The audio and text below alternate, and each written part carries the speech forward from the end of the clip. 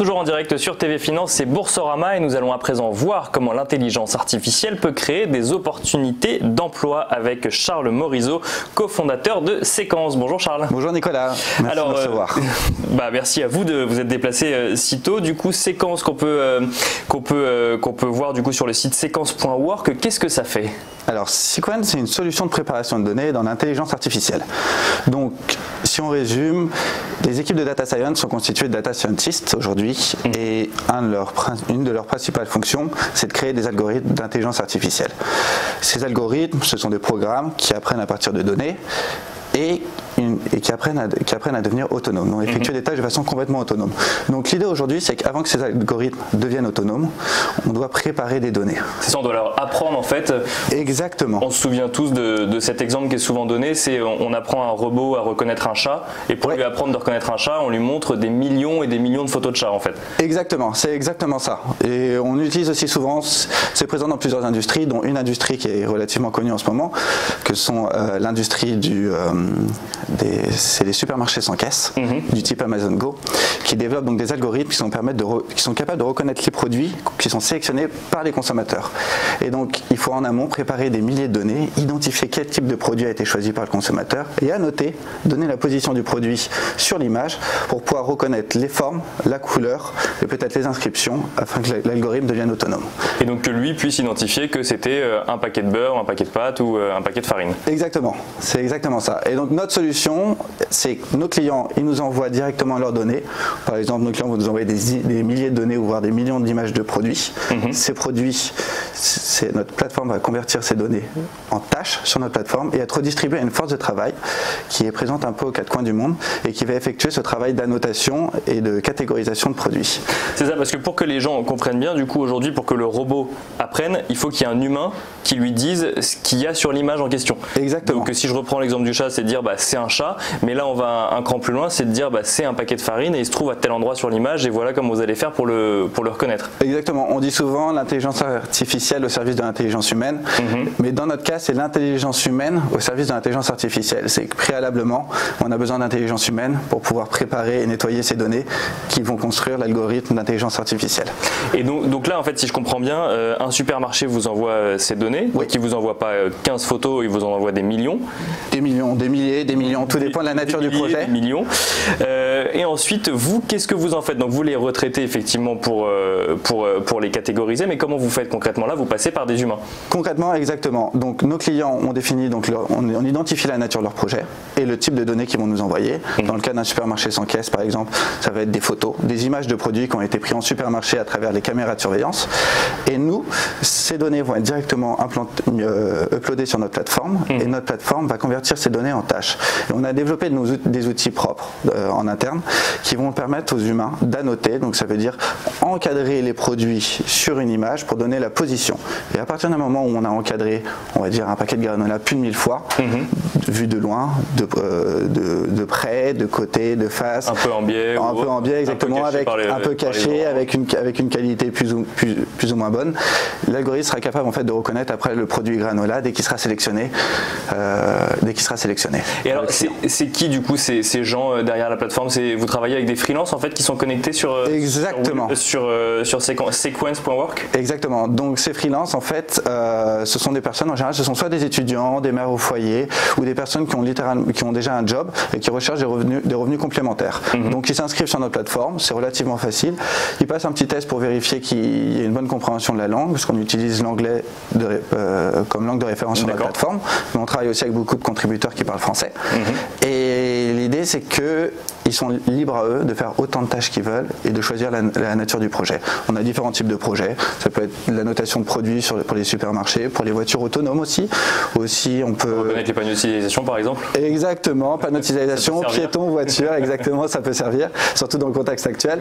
Et donc ces personnes, elles viennent un peu partout. On n'a pas de limitation. On a des personnes qui viennent aussi bien d'Afrique, d'Amérique, d'Europe et d'Asie. Donc en fonction des besoins, en fonction de leurs besoins, ils s'inscrivent sur la plateforme, ils ils effectuent des tâches et à la fin du mois, ils sont rétribués pour le travail, pour le nombre de tâches qu'ils ont effectuées. Alors, vous avez dit tout à l'heure que dans l'exemple précis des supermarchés, c'était des photos. Ça veut dire que vous pouvez avoir d'autres types de données à retraiter qui Exactement. sont pas des photos. On traite avec 3 types de données, donc qui sont les images, donc photos, images, vidéos et texte. Parce qu'il y a plusieurs problématiques autour de l'intelligence artificielle. Il y a différents types d'algorithmes. On peut être amené à travailler avec du texte, donc catégorisation de texte. Par exemple, pour des enseignes de e-commerce, on va faire de la catégorisation de feedback ou d'avis clients, pour savoir s'il y a des avis positifs ou négatifs. Donc il faut un humain qui va être capable de lire le commentaire et de dire si c'est un avis positif ou négatif. Et voir notamment toutes les subtilités de la langue. Exactement. C'est pas parce qu'il y a marqué non que ça veut dire que c'est forcément négatif, ou à l'inverse. Exactement, vous avez tout compris. Et donc ça, effectivement, c'est des humains qui vont le réaliser également.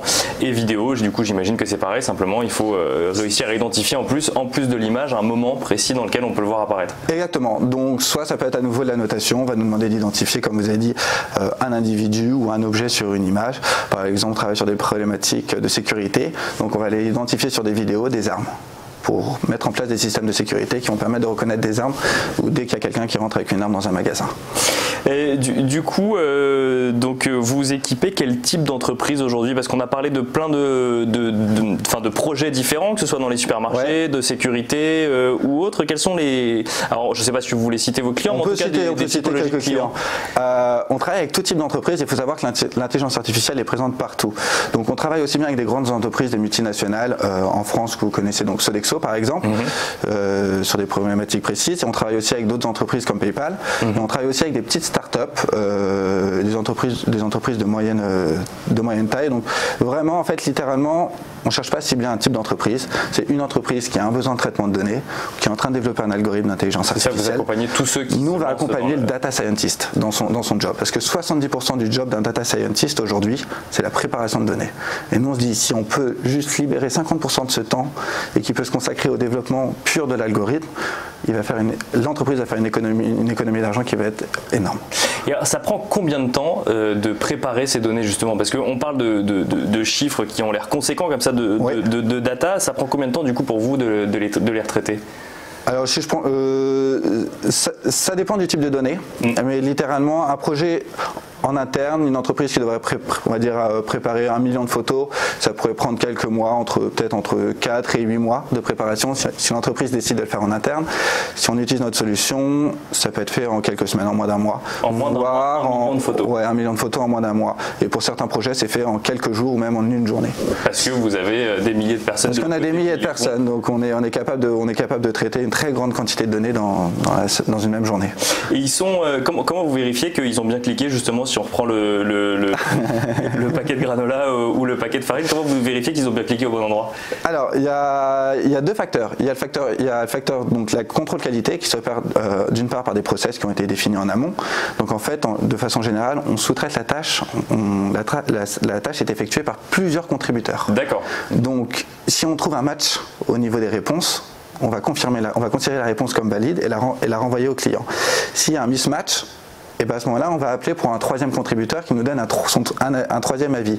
Si on a encore un mismatch, à ce moment-là, on a un project manager qui va vérifier lui-même. Et s'assurer. Mais ça représente moins de 0,1% des données à vérifier.